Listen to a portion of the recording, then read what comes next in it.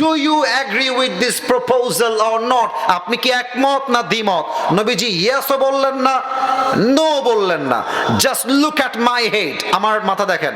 নবীজি মাথাটা জাস্ট নিচু করলেন, চুপচাপ। ওমর বুঝে গিয়েছে আই অ্যাম রিজেক্টেড, আমি ফাতেমার জামাই হতে পারবো না, বের হয়ে গেছে। আরেকজন সাহাবী আসছে, ইয়া রাসূলুল্লাহ, আমি আপনার মেয়ে ফাতেমাকে বিয়ে করতে চাই, আপনি রাজি নাকি রাজি না? আবার মাথা নিচু, ইয়েসও বললেন না, নো বললেন না। ওই সাহাবীও বের হয়ে গেল, দুইজন রিজেক্ট খেয়ে বের হয়ে গেছে। তাদের চেহারা বাংলার পাঁচের মতো হয়ে গেছে, কষ্টে আঘাতে। একটা মেয়েকে পছন্দ করলাম, নবীজির মেয়ে, বিয়ে হলো না, মন খারাপ। আর বাহিরে দুইজন সাহাবী আছে, নামগুলো একটু মুখস্থ রাখবেন। এক হচ্ছে আব্দুর রহমান বিন আউফ, দুই হচ্ছে আলী রাদিয়াল্লাহু তাআলা আনহু। আজকাল তো ছেলে পেলে 5-এ পড়ে, এটা আমার, খবরদার, এটা আমার, আছে না নাই? স্কুলে ক্লাস করে, প্রাইভেটে যায়, বন্ধু ওইটা তোর, ওইটা আমার, আছে না নাই? বলে আব্দুর রহমান বিন আউফ বলছে, আলী শোনো, তারা তো রিজেক্ট হয়ে গেছে, বন্ধু তুমি একটা চান্স নিয়ে দেখো। সুবহানাল্লাহ পড়বেন না? তো হাদিসটা একটু মজার। আলী রাদিয়াল্লাহু তাআলা বলছেন যে কি কইলা তুমি এটা? আমার কাছে না আছে বাড়ি, না আছে টাকা, না আছে জব, না আছে ব্যবসা। আজকালকার মেয়েরা তো টাকা পাইলে বুইরা টাকলার সঙ্গে বিয়ের পিড়িতে। হ্যাঁ, নাই নাই নাই, হ্যাঁ এরকম মেয়ে নাই, নাই রে ভাই। আছে, প্রেম করে একটার লগে, বিয়ে করে আরেকটার লগে। আরে বেঈমানের কপালে সুখ জোড়ে না যুবক ভাই। তো আলী বলছেন, না না বন্ধু প্লিজ, বাড়াবাড়ি করো না, আমার দ্বারা হবে না, প্লিজ। তা আব্দুর রহমান বিন আউফ খুব চালাক মানুষ, ব্যবসায়ী লোক, তো বলছে, আরে বন্ধু বুঝলাম তোমাকে দিয়ে হবে না, চান্স মারতে দোষ কোথায়? ঠিক কিনা বলে? তো এবার আলী কোনো মতে রাজি হয়েছে। তো রাসূল বসে আছেন মসজিদ নববীর ভিতরে। তো আলী একবার এই পার দিয়ে আসে, এই পার দিয়ে বের হয়ে যায়, এই পার দিয়ে আসে, এই পার দিয়ে, এ আলী তুমি কোয়ানে যাও, এদিকে আসো, কি হয়েছে আমাকে বলো, বসো। বলছে, নবী এমনি আসছি, ঘোরার জন্য আসছি, কিছু না, এমনি। বলতে পারছে, আরে ভাই মেয়ের বাপকে বিয়ের প্রস্তাব দেওয়া কত কঠিন, এই যুবকরা ছাড়া আর কেউ বুঝবে না এটা। তো কোনো মতে নবীজি ডেকে বলছে, বসরে বাবা, আমাকে বলো কি চাও। আসলে কি জানেন, আলী রাদিয়াল্লাহু তাআলা আসার আগেই আল্লাহ তাআলা জিবরাইলকে ওহী পাঠিয়েছেন যে ইয়া রাসূলুল্লাহ, আলী রাদিয়াল্লাহু তাআলা আনহু এই মুহূর্তে আপনার কাছে ফাতেমার বিবাহের প্রস্তাব নিয়ে আসবে। তো আলী বসে গেছে, নবী বলছে, আলী বলো কি বলবো বলো। বলছে, নবী আমি আপনার মেয়ে ফাতেমাকে বিয়ে করতে চাই, আপনি কি রাজি আছেন? তো নবী আগের বার ইয়েসও বলেন নাই, নো বলেন নাই, জাস্ট মাথাটা ডাউন ছিল নিচের দিকে। এবার নবীজি জাস্ট একটা শব্দ বললেন, ইয়েসও না, নো না। নবীজি বললেন, আলী ইনশাআল্লাহ যাও, ইনশাআল্লাহ। প্যাচ বেঁধে গেছে এখানে। আলী রাদিয়াল্লাহু তাআলা আনহু আবার ইনশাআল্লাহর অর্থটা বুঝতে পারে নাই, বাহিরে বের হয়ে আসছে, মুখটা বাংলার পাঁচের মতো। আলী বন্ধু, তোমার মন খারাপ কেন? তুমি কি রিজেক্ট খেয়ে গেছো নাকি? বলছে, বন্ধু আমি ছেঁকা খেয়ে গেছি বন্ধু, আমার বিয়ে হবে না, আমি রিজেক্ট খাইছি বন্ধু, তুমি কাজটা একদম ঠিক করো নাই। তা আব্দুর রহমান বিন আউফের একটা কনফিডেন্স ছিল যে আমার, আসলে কি জানেন, বন্ধুই বন্ধুকে বিশ্বাস করে, ছেলে মেয়েকে আসলে বাপ মাও বিশ্বাস করছে না, বন্ধুরাই বিশ্বাস করে। তো বলছে, বন্ধু না, কিছুই বলে নাই, একটা কিছু বলে নাই। বলছে, ও হ্যাঁ হ্যাঁ হ্যাঁ একটু বলেছে। কি বলেছে? বলছে, নবী জাস্ট বলেছে ইনশাআল্লাহ। আব্দুর রহমান বলছে, আরে ইয়ার, নবীজির ইনশাআল্লাহ মানে তোমার বিয়ে অর্ধেক ডান হয়ে গেছে। আচ্ছা, এবার নবীজি ইনশাআল্লাহ কেন বললেন, ইয়েস বললেন না কেন? কারণ আছে, এখানে আমি আদর্শের শিক্ষা দিতে চাই। নবীজি সোজা মসজিদ থেকে মেয়ের কাছে গিয়েছে, এই না ফাতেমা, ফাতেমা কোথায়? মা এদিকে আসো, দৌড় দাও। ফাতেমা আসছে। নবীজি বলছে, ফাতেমা, মা আমি তো তোমার জন্য একজন যুবককে পাত্র হিসেবে সিলেক্ট করেছি, তোমার জামাই হিসেবে। তো ফাতেমার চোখ মুখ লাল হয়ে গেছে লজ্জায়, জামাইয়ের কথা চলে আসছে। এবার ফাতেমা বলছে, মাসমুহ, যুবকটার নাম কি? নবীজি বলছেন, ইসমুহু আলী, তার নাম হচ্ছে আলী, তুমি কি রাজি আছো মা? ফাতেমা কিছুই কয় না, খালি একটা মুচকি হাসি দিয়েছে। মেয়েরা যদি বিয়ের ক্ষেত্রে মুচকি হাসি দেয়, হাদিসে আসছে, দাল মে কুছ কালা তো জরুর হ্যায়। মানে মেয়েরা হাসি মারলে বুঝে যাবেন মেয়ের এখানে সম্মতি রয়েছে, ঠিক কিনা বলে? আল্লাহ রসুল কি শিক্ষা দিয়েছেন? আব্বাজান, আমার মায়েরা যারা আছেন, please listen to me with full concentration, মনোযোগ দিবেন, কান খাড়া করবেন। আপনার যেই ছেলে পছন্দ হোক, আপনি যাকে চান তাকে আপনার মেয়ের সঙ্গে বিয়ে দিতে পারবেন না। আগে আপনাকে আপনার মেয়ের কাছে অনুমতি নেওয়া লাগবে। সে ইয়েস বললে আপনি বিয়ে দিবেন, সে নো বললে কোনো বাপের ক্ষমতা নাই তার মেয়েকে জোর করে কোনো গাঞ্জাখোরের সঙ্গে বিয়ে দেওয়া। এটা নবীর বাবা হিসেবে আদর্শ, যে মেয়ের থেকে পারমিশন চাও যে মা তুমি রাজি আছো কিনা। সুবহানাল্লাহ পড়বেন না আপনারা? 2 নাম্বার নানা হিসেবে, হাদিস শর্টকাট, এটা তো স্কুল তাই না? মসজিদটা কোন দিকে? সামনে, এইদিকে সামনে। দেখবেন মাঝে মাঝে মসজিদে বাচ্চারা আসে আর মুরব্বীরা ঘাট ধাক্কা দিয়ে, ধমক দিয়ে, থাপ্পড় দিয়ে মসজিদ থেকে বের করে দেয়। এরকম আছে না নাই? আল্লাহ রসুল নানা হিসেবে, মুরব্বী হিসেবে কেমন ছিলেন দেখেন। একবার নামাজ পড়ছেন, আল্লাহু আকবার, সানা পড়েছেন, কিরাত পড়েছেন, আল্লাহু আকবার, রুকু সেজদায় গিয়েছেন।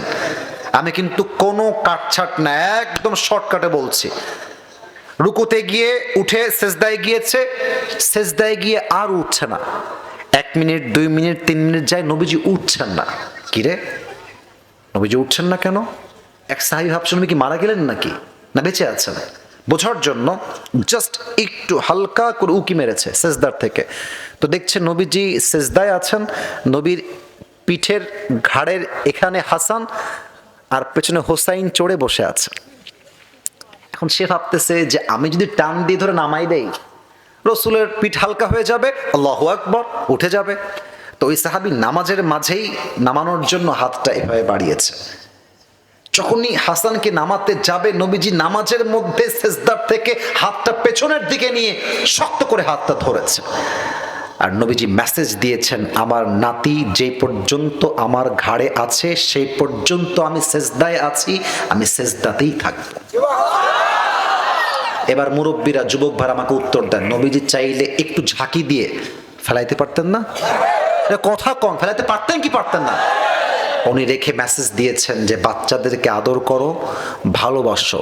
যেই বাচ্চা আজকে নামাজি হবে, ওই বাচ্চা আগামীতে ওমরের মতো পুরো বিশ্বে ইসলামের শাসন কায়েম করবে। আর যেই বাচ্চাকে আজকে আপনি মসজিদ থেকে তাড়াই দিবেন, ওই বাচ্চা আগামীতে খুনির সাদ হয়ে জন্ম নেবে, ঠিক কিনা বলেন? জন্ম নিবে মানে বড় হবে। এই জন্য মাথায় রাখবেন, বাচ্চারা মসজিদে আসলে চকলেট দিবেন, আদর করবেন, চুমা দিবেন, ভালোবাসবেন। ও আব্বা যান, আপনি একদিন মারা যাবেন, আপনি দুনিয়ায় থাকবেন না, একদিন বাচ্চা বড় হবে, হতে পারে সেই বাচ্চা আল্লামা সাইদির মতো হতে পারে, আজহারির মতো হতে পারে, ডক্টর জাকির নায়কের মতো হতে পারে। আপনি মরে গেলে বাচ্চা আপনার কবরের কাছে দোয়া করবে যে আল্লাহ আমার নানা আমারে বড্ড ভালোবাসতো, ও আল্লাহ আমার নানাকে তুমি মাফ করে দাও। হতে পারে আপনার একটা আদর এবং বাচ্চার দোয়া আপনার জান্নাতের কারণ হতে পারে, যুবক ভাইরা, ঠিক কিনা বলে? নানা হিসেবে সফট ছিলেন। শেষ কথা বলে শেষ করছি, স্বামী হিসেবে কেমন ছিলেন? আমার নবীজি স্বামী হিসেবে কেমন? বউ আসলেই নবীজি একটা কথা, আই লাভ ইউ। সুবহানাল্লাহ পড়বেন না আপনারা? আচ্ছা, বউকে দেখলে কি বলবেন? আই হেট ইউ না আই লাভ ইউ? আপনারা কি জানেন যে মিথ্যা বলা 3 জায়গায় জায়েজ, তার মধ্যে 1 নাম্বার বউ। আপনি একটা শাড়ি কিনে নিয়ে আসছেন, শাড়ির দাম হচ্ছে মাত্র 1000 টাকা। এখন বউ যদি শোনে যে দাম 1000 টাকা, বউ তো রাগ করবে, বলবেন যে 10,000 টাকা। জায়েজ আছে এটা, সুবহানাল্লাহ পড়বেন না আপনারা? আচ্ছা, আপনার বউয়ের সঙ্গে আপনার মায়ের বনিবনা হয় না, এটা আবার রাগ করেন না, এটা কিন্তু হয়। শাশুড়ি বউকে দেখতে পারে না, বউ শাশুড়িকে দেখতে পারে না, ঠিক আছে না ভুল বললাম? এখন আপনি পড়ছেন মহাফান্দে, মাকে ভালোবাসলে বউ নারাজ, বউকে ভালোবাসলে মা। আপনি করবেন কি এখন? কন্দে আপনি কি করবেন আমি বলে দিচ্ছি। মাকে বলবেন যে মা, আমার বউ যে তোমার কত ভালোবাসে, সারাদিন তোমার নামে খালি প্রশংসা করতেই থাকে, খালি করতেই থাকে তোমার নামে প্রশংসা। মা বলবে ও বাবা তাই নাকি? তখন দেখবেন মায়ের ঘৃণা ভালোবাসায় পরিবর্তন হয়ে যাবে। এবার বউয়ের কাছে এসে বলবেন যে আমার মা যে তোমাকে কত ভালোবাসে, বিশ্বাস করো।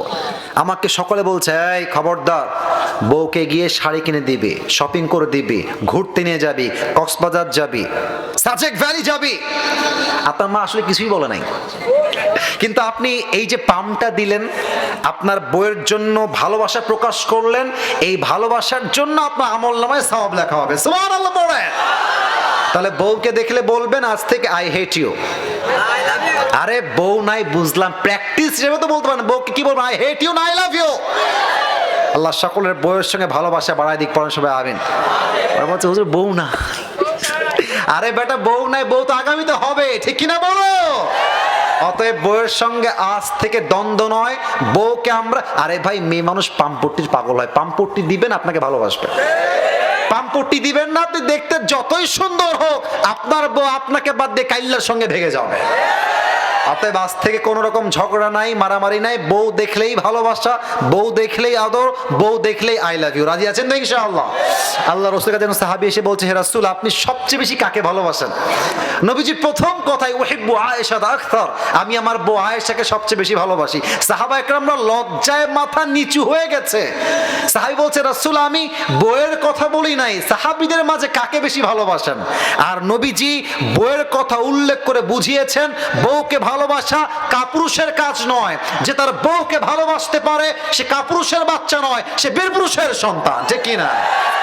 অতএব স্বামী হিসেবে আজ থেকে আমরা we will try our best to become the best husband in the world. আমরা আজ থেকে চেষ্টা করব সবচেয়ে ভালো স্বামী হওয়ার জন্য। আল্লাহ সবাইকে তৌফিক দান করুক, পড়েন সবাই আমিন। দুই হাত তোলেন সবাই, দুই হাত তোলেন সবাই, একটা কাশি দেন। হাতটা উপরে থাকবে। সবাই এবার আমাকে ওয়াদা করবেন, 1 নাম্বার ওয়াদা বলেন সবাই, হুজুর ক্যামেরা ক্লোজ করে দেন, আমরা এটা আল্লাহর সঙ্গে ওয়াদা করছি, আল্লাহর সঙ্গে আমাদের একান্ত ওয়াদা। বলেন সবাই, হুজুর আজ থেকে। ভাই আমি অনেকের সাউন্ড মাঝখান থেকে পাচ্ছি, ডানে বামে একটু কম আসছে, মেবি আমার কানে প্রবলেম হতে পারে। বলেন সবাই, আজ থেকে আমরা 5 ওয়াক্ত নামাজ বা জামাত আদায় করব। এবার একটু জবান খুলে বলেন ইনশাআল্লাহ। ও ভাই নিয়ত করতে দোষ কোথায়? নিয়ত তো করেন, বলেন একবার ইনশাআল্লাহ। বলেন সবাই, হুজুর আরো জোরে, হুজুর যতদিন বেঁচে আছি নবীর আদর্শের বাহিরে একটা কাজ আমি কখনো, এই যে এভাবে বলবেন, করব না। একটু জোরে বলেন তো, ঠিক করব না। বলেন সবাই ইনশাআল্লাহ।